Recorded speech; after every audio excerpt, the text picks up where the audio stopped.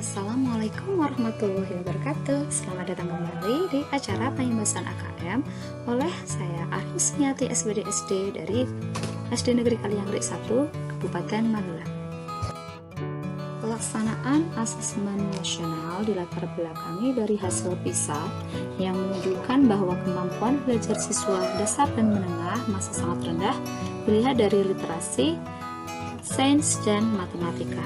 Oleh karena itu, reformasi asesmen dalam hal ini asesmen nasional perlu dilaksanakan.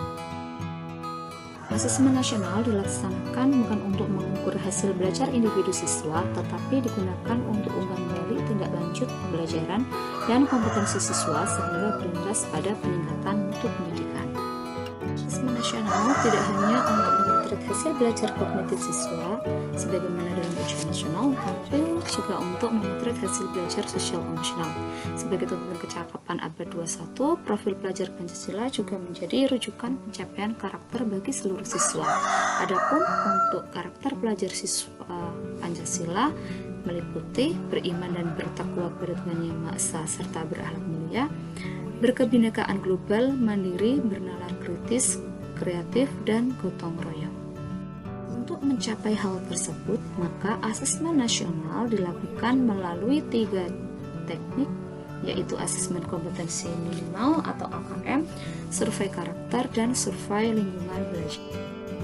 Asesmen nasional bukan pengganti ujian nasional, karena asesmen nasional lebih memberikan gambaran yang lebih utuh dan luas mengenai mutu pendidikan, bukan hanya secara kognitif, namun juga karakter dan iklim belajar.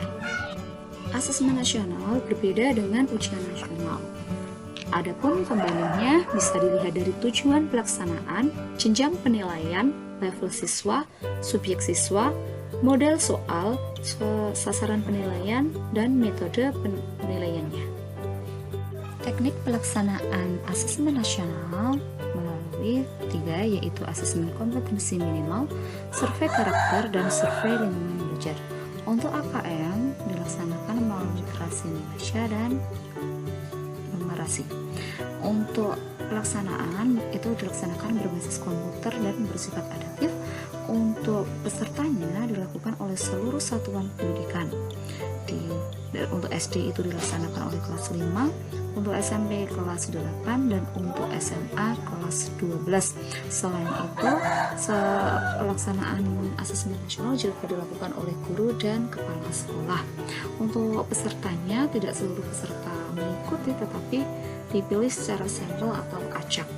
Untuk jadwal pelaksanaannya dilaksanakan 2 hari. Untuk hari pertama itu meliputi tes literasi dan survei karakter, serta untuk hari kedua dilaksanakan tes numerasi serta survei lingkungan belajar.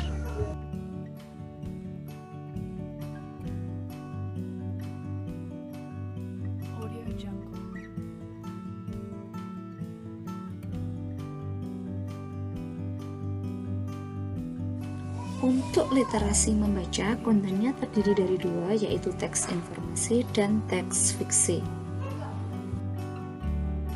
Jenjang pada asesmen literasi membaca meliputi 3 level, yaitu level 1 untuk kelas 1 dan 2, level pembelajaran 2 untuk kelas 3 dan 4, dan level 3 untuk kelas 5 dan 6. Untuk asesmen numerasi dibagi menjadi 3 level pembelajaran. Untuk level pembelajaran 1, yaitu untuk kelas 2, kontennya terdiri dari 3, yaitu bilangan, geometri, pengukuran, serta aljabar.